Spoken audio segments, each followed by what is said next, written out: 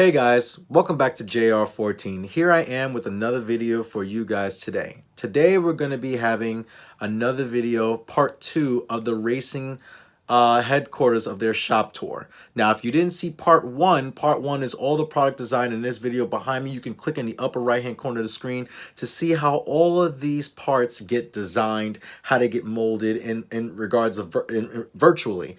And trial and error and all that stuff, the design factor. So you guys need to go ahead and click in the upper right hand corner of the screen to check that video out, which is the one playing right behind me. I wanted to give a special shout out and say thank you, Raceseng, for allowing me and my friend to actually come out to your headquarters and giving us a full tour of new products that are coming out, your shop. You guys, with the hospitality, you guys were excellent, and I appreciate that. Also, give a shout out to my friend David for actually coming out with me for the drive out to PA, as well as helping me film this video to shoot for you guys. And yeah, so without further ado, guys, here's part 2 of the Raceseng shop tour of how these products actually get made.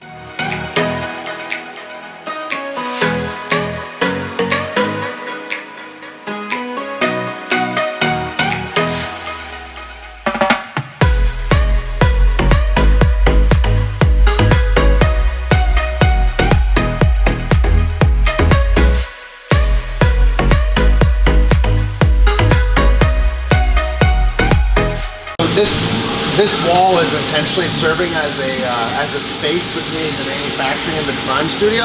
And on that wall is where we have our canvas of us on track. This is where I'm most at home.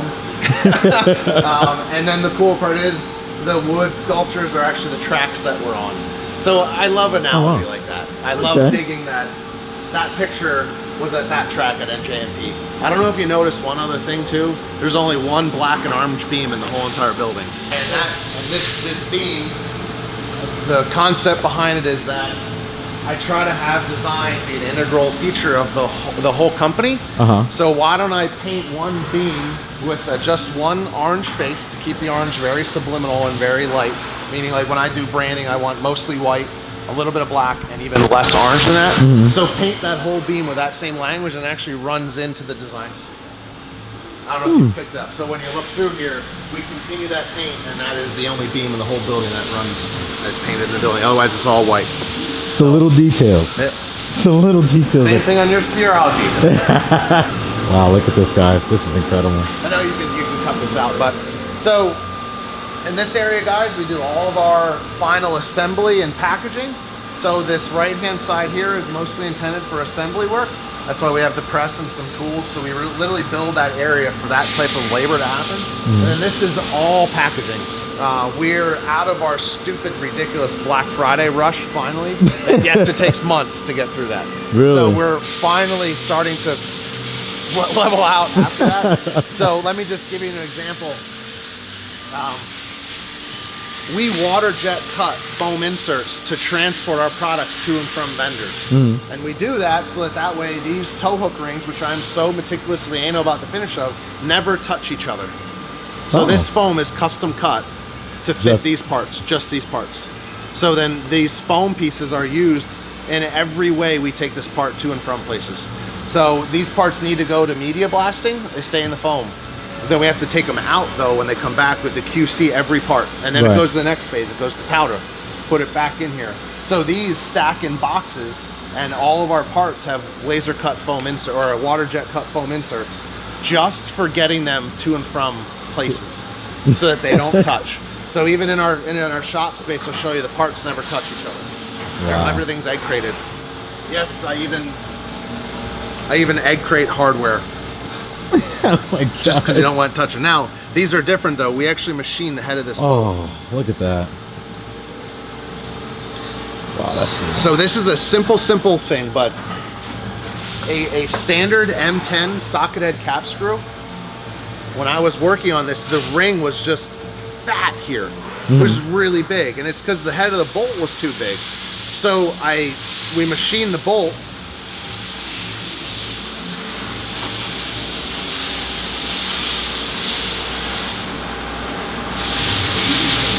So we machine the bolt so it perfectly fits in that pocket, and then you get a really nice stainless steel detail that pops, Versus, you know how a normal bolt head looks? It looks, they have little knurls and serrations on them, or little serrations, and then they usually stamp the manufacturer on the outside. Yeah. So to have that as your detail versus a standard socket head crew, that's pretty cool. Your knob. That's translucent. So we Look at that color. and what you don't know is we wet sand and buff all the knobs. Well, Larry at Ammo NYC. Yep. There you go. So we start all the way, sometimes go down to 1,000, up to 1,500, and this is, I think, 2,000, 2,500. Jesus. And then we go through 2 different phases of polishing. This is our cutting side. This is our finishing side. So the reason that you get that finish on that knob, and it's like, oh my goodness. Yeah. It doesn't come out of the powder coating oven like that.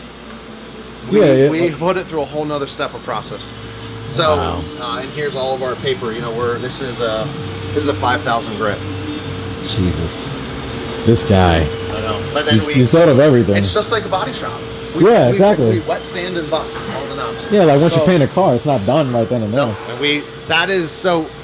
I'm not one to talk about other brands like you are, and I always try to keep that on my video. I just say this is what we do. Right. That's why when that thing gets pulled out of that bag, it's like, oh my goodness. That's all it's they like a can piece focus of on. jewelry. Oh yeah. You know, and that is the level that's how I want everything done. As a problem as that is. Oh, look at this fancy one. All right, so this one's a little small up here. Let me get that. Come on. Look what it starts at, and look what it becomes. That's crazy. Wow. Camber plate. That's what it starts at. The shape, the molding, and the finished product. That's insane. Yep. And the fact that you have these displayed, like this process of it. Yeah, so this room, this is our CNC turning machine, actually making the crank pulley. So this is a tree painting tool that's coming in here and is literally plunging out. If I hold this up, this is plunging out all of the material on the back side. So this tool comes in and plunges these chips and slowly forms and sculpts this part out. I have this stuff here so that there's a much clearer story of, oh my goodness, you guys start with something as ugly as this 7-inch diameter chunk of aluminum to get that as your finished product. Wow. And it's that's what we do. But these, oh jeez, failure. We code, actually code, G-code is a whole different language. We code these machines using these computers using CAM software. So you pretty much, the computers tell the machines how to cut. No. You tell the computer what to do to tell the machines how to cut. The computer is just the interface. Okay, gotcha. Between you and machine. Yeah, that's it.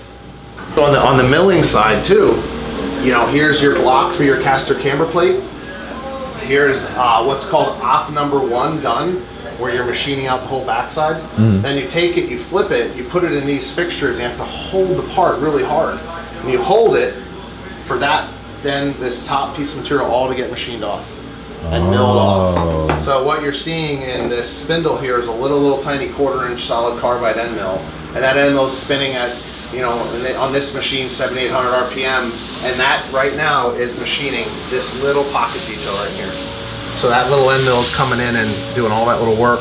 Wow. And then it has to go off for finishing processes and anodizing, and then back here for post machining the R and the logo in, and kind of crazy. That is crazy. That's dope. This is awesome. Okay, so you saw the paddle, all right? That was just the design part. Then you have to design fixtures to hold the part. Wow. So this is a fixture that is going to hold a block of aluminum, and in that block, the net result is obviously the paddle. But you even have to go in and design the fixtures that hold the parts. That's just another step. Then you have to go program the fixtures with all these programming features here. Then you have to go machine the fixtures. Then you have to program the actual part itself. That's the sort of the underlying belly of misconsumption and when it comes to what we do is that after design, that's just the beginning. Wow. Of one step, of 1 through 10, that's the first step. That's crazy. Then it becomes the actual production nuance end of things. And yeah, in here is, so we'll actually, in the computer, tell cutters to come down and to walk along that surface and to machine that part out. And then slowly you actually can see the software cutting the part virtually before you even go out on the machine. It's a treat. It's a treat. So then this outputs the language that communicates with the CNC machines. So we'll go check that out next. Awesome. Hi, David. Yeah. Sorry. Dad, can you go get me the Porsche paddles, shifter paddle jaw? Porsche, the little tiny cutter. So this spindle spins at a super high RPM feed rate and will literally cut metal off. So that's one of our finished cam plates. This is for the F820 motor. But it's a wild experience to then get to this point and see something that you created in your head. Right? To then take fruit and be something you can hold. Like it went from something virtual to something I can actually hold and have an experience with. Yeah, that's wild. That for me as the owner of this place, that's when like, oh yeah, that's the core. That's the crux of the cool part when you reach this point. You know, remember I was talking about the Circuit Series knobs? So this is all CNC turned on our turning center, and then we bring it over here and stand it up, and we walk a ball mill over this surface, and you can actually see individual tool pass. This is stepping over at a 2.5 thousandths, so it does one pass, steps over 2.5 thousandths, does another pass, and that part is officially junk. Because it's something I can't even pick up on. Right there. So those little dings, we can't get those out. So those, now everybody in the comments is gonna say, well, can I have that part? No, we don't sell that stuff. So right now we're doing a little run of Rondor shift knobs. So that knob, started out as that. just hold it, just put your hand out a second. Oh Jesus Christ. So wow, that's heavy.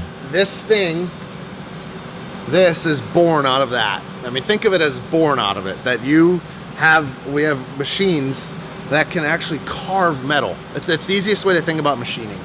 That's wild. So when turning, CNC turning, the work spins.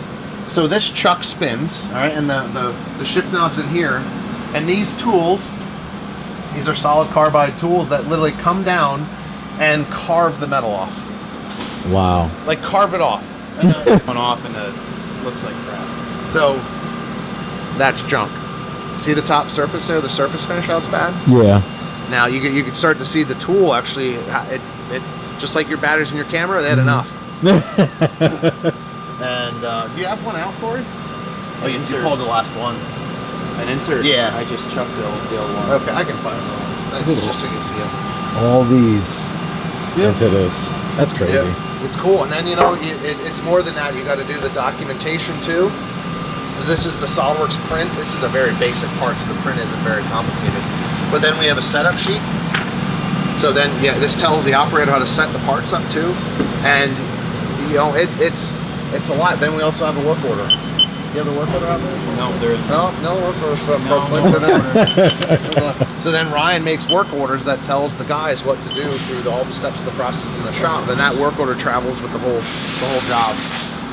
And then we have fixtures and gauges. So this is a go, no-go gauge, meaning that green side better fit down in there. Corey. Woo! That's a good fit, so feel that. Like, that's actually hydraulically locking right now. Oh, you know what I mean by hydraulic locking? No, explain it, yeah. So the fit in here is so good that air actually isn't able to relieve this getting out, and there's air stuck in here. That's hydraulic locking. That happens in cars, that's where. So this red end will not fit in there. Gotcha. And okay. that's a go, no-go gauge. And so all those parts that have critical features like that, you gauge and check them as they come off the machine. Kind of a neat little gauge, but. Absolutely, this is. And then, you know, again, why have a part come out of a machine and get damaged. So as soon as they come out, in this case, we put these in these little protected bags. And then they go in a bin, and now these will go to the next step of final QC and packaging. And it's a non-stop business. Non-stop. Like there's no relaxing. Besides when we get pizza and stuff like that and have fun. And this backside, we have a little bit of prototyping stuff back here. So I do MIG, TIG, basic milling, cutting, drilling, anything like that we need to do. We need to make something out of metal versus 3D printing it. I can do here. Before at our old garage, I had table saws and routers, and we don't do as much of that stuff anymore. So this is the lathe that I learned how to machine parts on. This is where I'm doing all of our lug nut torture testing. I don't know if you saw that on the video. Yes, I did see that. Yeah, so that was crazy. Yeah, like here's, like, no joke, you know, here's our form listing what we did, and as Corey came back here, you know, he would write down each of his times. And you know, I'm testing the Torx feature on here to failure. Wow. Yeah, like take it to failure. You know what I mean? See how deformed it is? Yeah. That was 20 times at 50 foot-pounds. This is only supposed to take like 35, I think. Wow. So, well, there we go. So the point is, did you try it? Yeah, like, just don't know actually how much it took to ruin that part. Torture it, like put it of course. Paces of taking it to kill it. And basically we do the same thing with the studs. So I built a fixture for the studs where we mimicked that this was the car's hub. We screwed this in, acted like you put the wheel on the car, and then we ran a lug nut on and off, on and off, on and off. Just wearing it down. Again, wearing it out. Yep. And then take the stud back out, reinstall it. We did that, I think we did that 20 times or 5 times of reinstalling these studs, and also using the Torx feature to get it out of the hub too. Wow. So yeah, it's a lot more than pretty. We can do pretty, but there's reality components. Like, you gotta make sure the stuff's gonna work. No two ways around it. Like you can't be messing around when it comes to function and reality. Oh yeah. This is a whole process of brush finishing. So these knobs will actually spin on this electric motor, and you stand here and you literally slowly walk a Scotch-Brite finishing pad over them. That not only helps our powder coated knobs for adhesion, but it gives you that radial brush grain. That grain that you see in the translucent, that doesn't come naturally. Oh, okay. You have to put that finish on the knob, then the powder coating over top. Gotcha. And then you engrave it for the shift gate pattern. So we do that here. And then also all this work needs to be done yet. So yes, somebody has to sit here. Someone's gonna be very busy. Somebody sits here and has to do 600 of these knobs by hand. Wow. So like when the stuff comes in the box, you're just seeing the end product. You're not seeing all the middle. Right. That some guy, in case me, Ryan, Jared, Corey, was doing labor to get that part to our customers, and even machining it and designing it. That's really the core of why these videos are the best, because you get to see that through and through. Oh, that's absolutely. The heart of the whole thing. This is wild. Come on over. There's more to see. So remember I showed you the jaws? Yeah. So these are the jaws that actually mount in the vise there. And that will make the part. So this is kind of, you gotta bear with me and visualize this here. Okay. The solid raw blank of aluminum sits here. It gets machined. You take that blank and you actually flip it, and it sits in this cavity. Notice how crazy this cavity looks? Oh yeah. Okay. That's because the backside of the paddle has to fit in there. Gotcha. Okay. So the paddle actually sits right in here while you machine the front side. So like this is almost looks like a mold.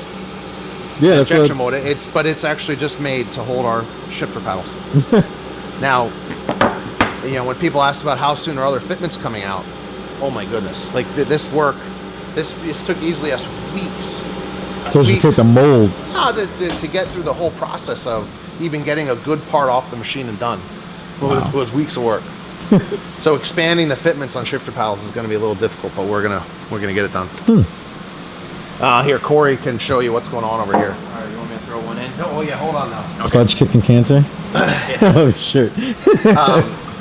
Remember I talked to you about G-code? Yeah. So This is the code that actually will tell the machine to run. Think of it that way. Okay. And if you notice this code, it's nothing but G commands and numbers and letters. My dad reads this like the English language. He's been doing it for so long. This, to most people, looks like a bunch of gibberish. But that's CAM software outputs that code, and then Corey will show you what that code tells the machine to do. You sure it's not going to crash? No. Let it rip. All right.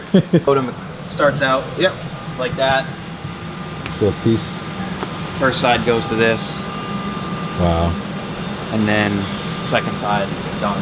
So watch, you'll get in there. Oh, you can get closer. You're not going to get hurt. Okay. So those jaws clamp at hundreds of pounds of pressure on that stainless steel part. Now, I don't know if you noticed, look at the shape of this. Oh yeah. We're actually clamping where this would spit out. Oh yeah. No, Right? wow, yeah. So it's intricate to actually make. When you look at this, you're like, oh, that's a cool part. Nobody would really think, well, how the heck did they hold this? Right. It's a little bit of magic going on here. It's one of our intellectual property components. You think you'd squeeze it and it would just go. Yeah, you think it would squeeze right out. So watch this. Go ahead, get right up in there. Okay, cool. Wait!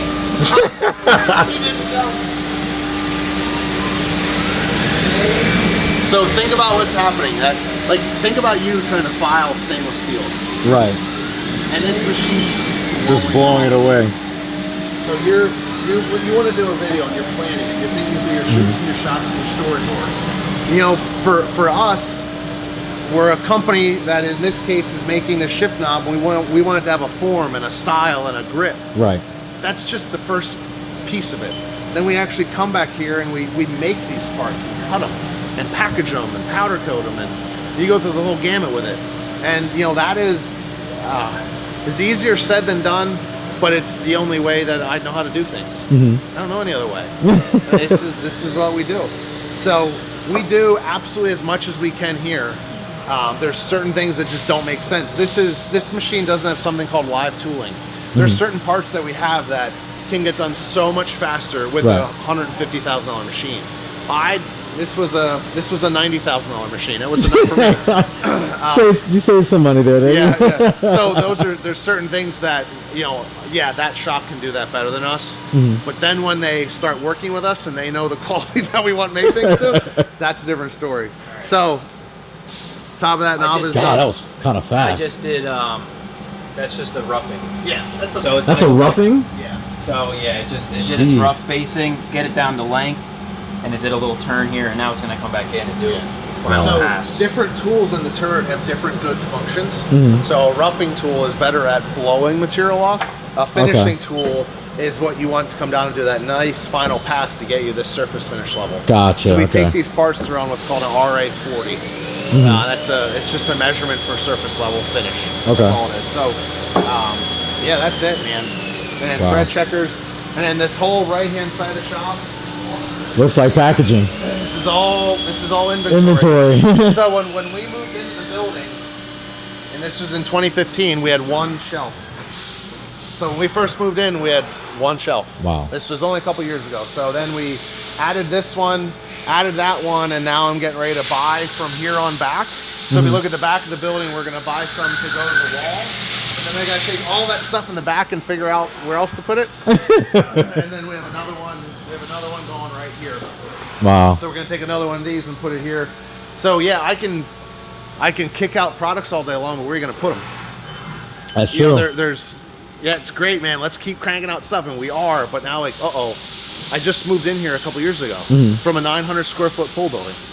Now we're a 9,000. It's like, we're getting tight. Yeah. So I'd rather have it that way and be tight as compared to wondering how I'm going to feed the mouths around here with another paycheck. That's a good thing. You know what I mean? Yeah. I take that to heart as the business owner. So yeah, when you do call me CEO, there's components of that yeah, I take taking care of these guys seriously. That's really important. All of this is work in process. You know, these are failures. You're gonna flip, but see a little bit of chipping.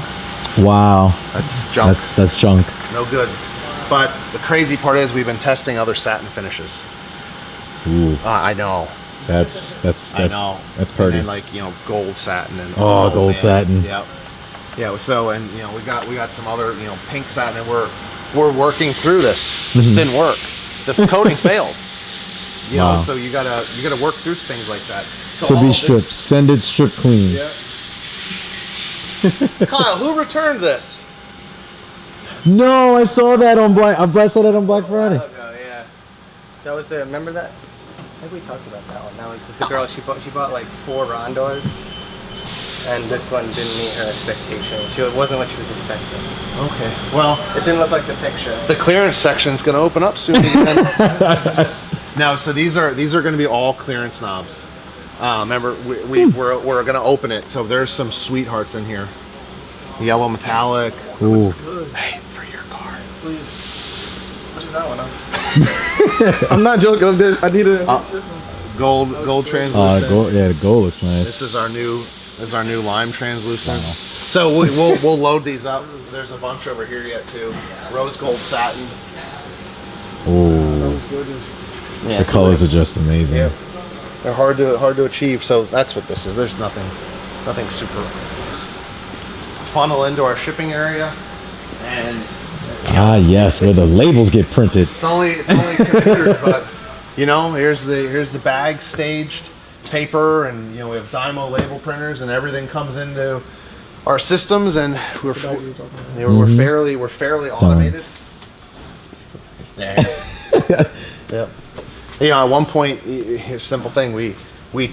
I wanted black bags, and I think, did you get a black one in yours? Mm-hmm. I had a custom one, yeah. So.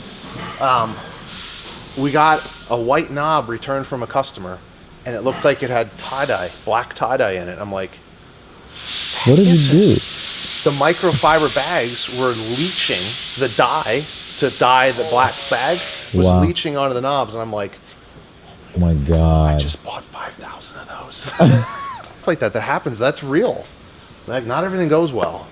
Daily we struggle. I mean, daily it's, you know, machine goes down, or you know, the part that we made 5,000 times to date, all of a sudden the machine's not cutting it the same, and we're out there like pulling our hair out. Right. Like, why isn't it doing this? Mm-hmm. You know, why if we made 5,000 of these, why on 5,001 is it not working the way it worked the previous 5,000 times?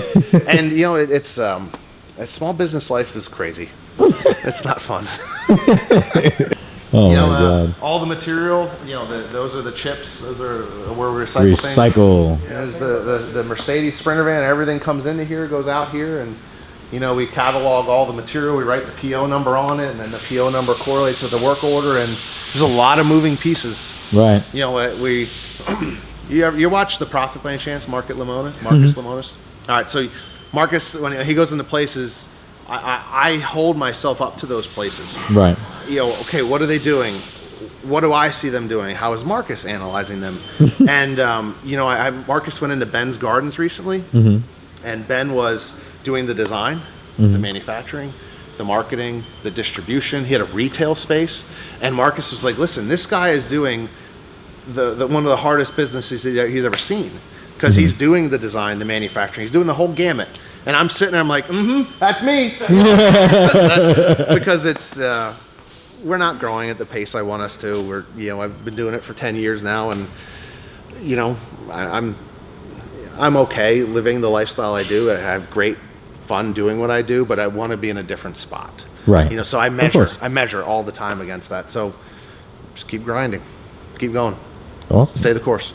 All right, so we're gonna, as Jared's actually gonna set up this whole simulator. Oh my god, it's got everything. It's got a hydro brake. It's got our shift knob. It's got their shift knob on it.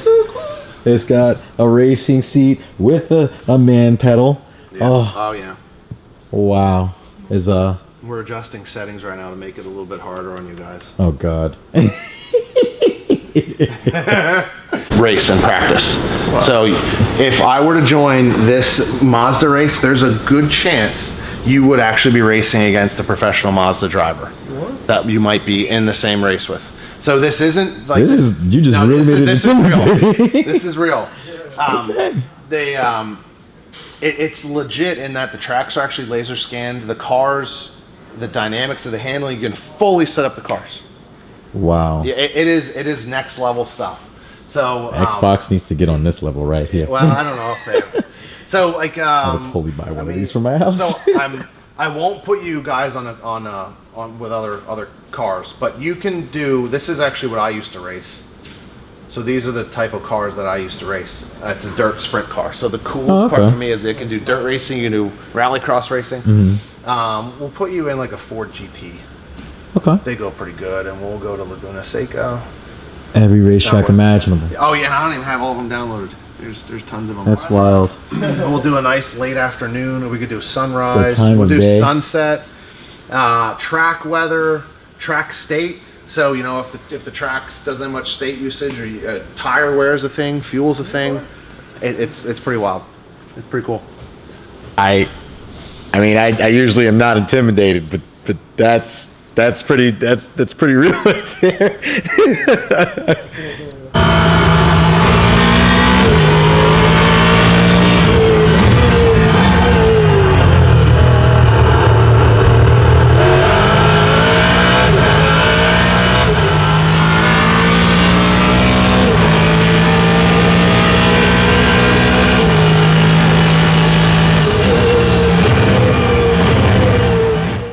Alright guys, well that concludes this video of the complete shop tour of the Raceseng headquarters. Jad, I thank you so much for bringing me and my friend and also all of you guys in to see how they design a product, how they come up with the ideas, their team, the design factor, how to make it, and how to get it to you guys out when it's shipped. But that's going to conclude it for this video. Again, thank you very much. I appreciate it. Yep. If you guys, again, I suggest that if you have a shift knob that you need or any other type of products that you need to look at raceseng.com. I'll put it in the description below. I hope that you guys enjoyed this video. Remember to like, share, and subscribe to JR14. And remember, guys, cars are a lifestyle.